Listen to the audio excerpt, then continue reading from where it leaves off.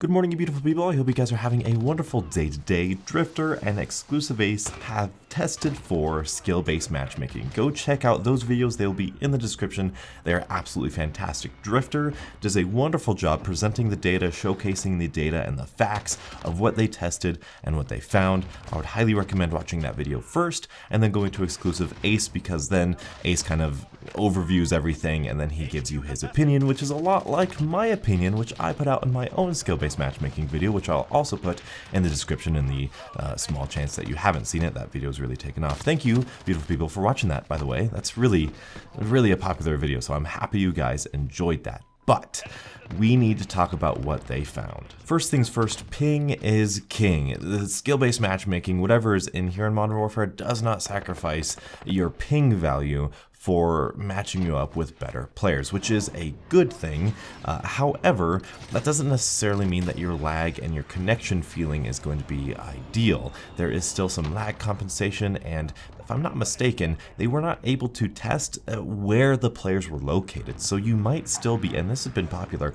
a lot of people have been connecting to people outside of their region, which could, if I recall correctly, still implement some lag and make things feel a little off. So that's probably something that we should test in the future, or have Battle Nonsense test it or something. Next thing they found a small correlation between who you are playing against and your performance in your previous 5 games. Now this makes nothing but sense to me, because I even sort of tested it after seeing these videos. I had a large session, and I usually do have a long stretch of time, about 4 or 5 games, where I am just getting beat up, destroyed, never get a UAV, and then all of a sudden I'll get put into a lobby where it's like, wow, I feel like I'm reacting first. Wow, I feel like they can't get shots on me, and man, I'm getting my kill streaks again, and it feels like a natural, normal lobby. And then after I have a couple games of that, I'll go right back to the, oh, now I'm getting destroyed, now it's a hard time sort of lobby.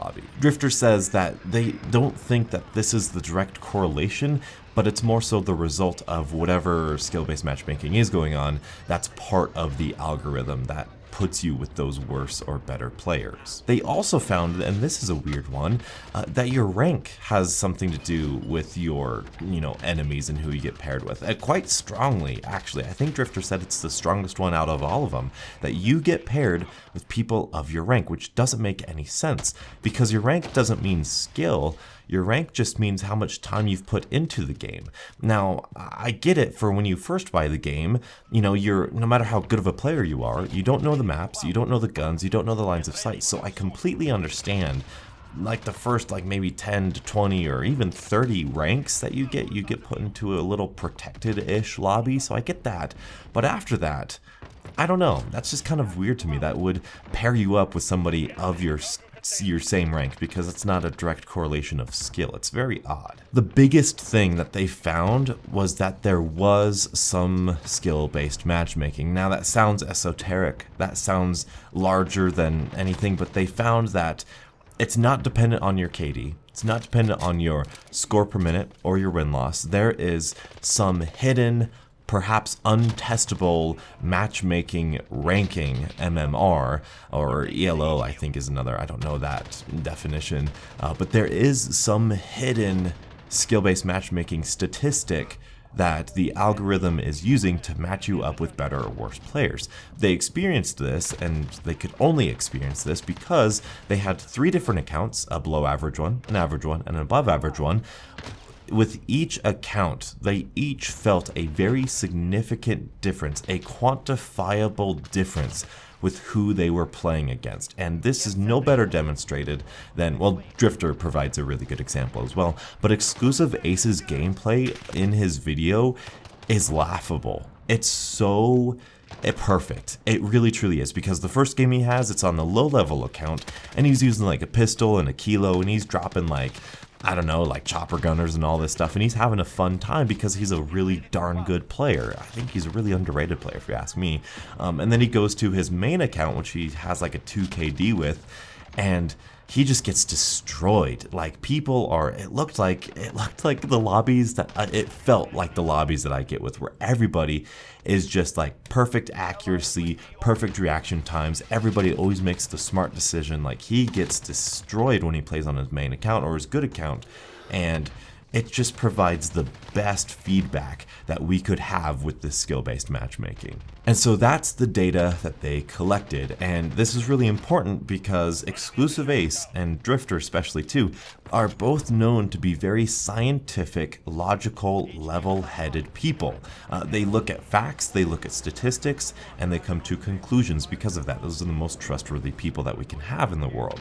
And when they come up with these results saying, yeah, these lobbies are more difficult with the better skilled players you have, and that's really heavy, and that's really interesting, and it means a lot that Drifter, who has been so there's no such thing as skill-based matchmaking, he himself has felt and experienced and now somewhat proven that yes, there is some sort of skill-based matchmaking and hidden MMR system in Call of Duty Modern Warfare. So now what?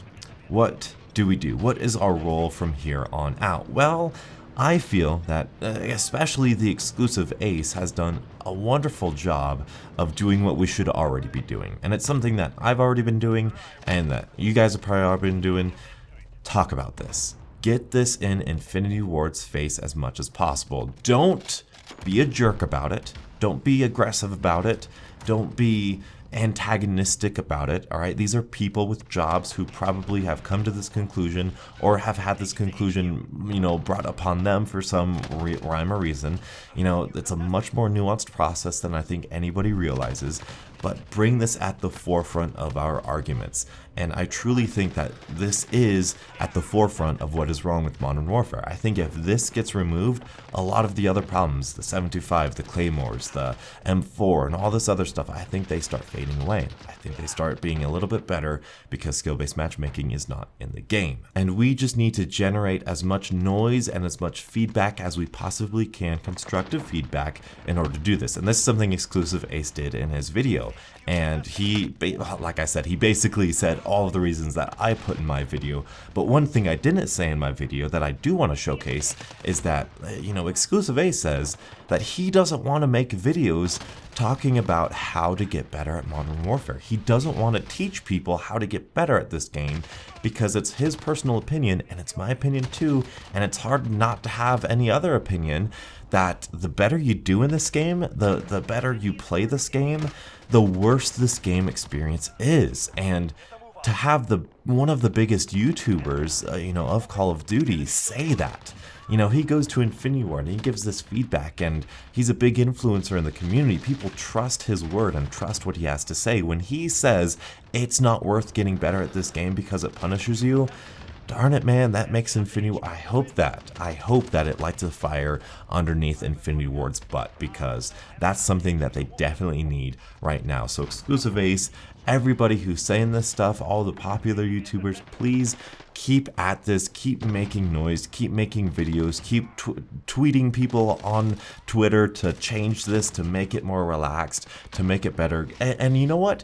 Give us a ranked playlist. Give us a ranked play to where if people do like skill-based matchmaking, and there are a lot of people who do, and there are a lot of people who love going out for those competitive ranks and being part of that sort of elite, I'm a gold tier, I'm a platinum tier, I'm a diamond tier level player, and people who really enjoy that level of play. I love watching those players play. I love watching YouTubers go out in full squads and play other really good players too. Like, that's really entertaining, and that's something we don't have here in Modern Warfare, but we kind of do, because that's just what the public matches are, except that's the worst case scenario for both, competitive players and public match players. So you guys know, you guys understand the downsides of skill-based matchmaking. What do we do from now? We just keep making noise, we keep being vocal, and we keep on this until Infinity Ward changes it. And this is probably the most important thing that I have to say right now. Infinity Ward will not say anything about it, and that's okay. I don't expect Infinity Ward to say anything. I don't expect Infinity Ward to come out and say, hey guys, we've loosened up our algorithm, that way you're going to be matchmaking with more random players now. I don't think that's going to happen, because if they do that, one, it reveals a little bit more about the Call of Duty secret sauce matchmaking that they're so proud of. But two, it means that they're planting their foot in the ground about skill-based matchmaking. It means that they have to admit that yes, it was strong and yes, it was in the game, which they don't want to do, because if they admit that it's in the game, then that can cause a whole bunch of controversy and it can cause a whole bunch of really negative press. And if they say that no, it was never in the game and they change it, then that means that they're also putting their flag in the sand and saying that no, it's not in the game, but then these players find out something about it, like Drifter and Xclusive Ace, and it's another big controversy. So it is in their best interest to not say anything. So I'm not asking Infinity Ward to say anything. I'm not asking them to come out with a public statement. I'm asking them to do something and change something. We can keep it quiet. We can keep it underneath the table. We don't need to mention it. Just the next big title update, just loosen it up a bit, you know, make it more random, make it a lot more relaxed, and everybody will be happy and nobody will bring it up anymore. All right, Infinity Ward, that's all you need to do. Thank you guys so much for watching this video. If you made it this far into the video, perhaps I've earned a like. You guys have been absolutely incredible about supporting my channel so much. I really appreciate it. This has been the best month of YouTube that I've ever had in my entire YouTube career, and I am just dedicated to giving you guys the best Modern Warfare videos, and every single video. And for you Call of Duty Zombies players, I promise you I'm not done yet. I'm still coming too. But anyway, 2 videos you may have missed. On the left here, you have my opinions on skill-based matchmaking. You've probably seen this video, but dang it, it's just such a darn good and well-made video. It's worth putting here in the end credits. On the right here, you have my opinion on whether or not KD means anything in Call of Duty. The results may surprise you. Go check out that video. Thank you guys so much for watching, and until the next absolutely beautiful Modern Warfare morning, I'll catch up with you guys later, and as always, stay beautiful.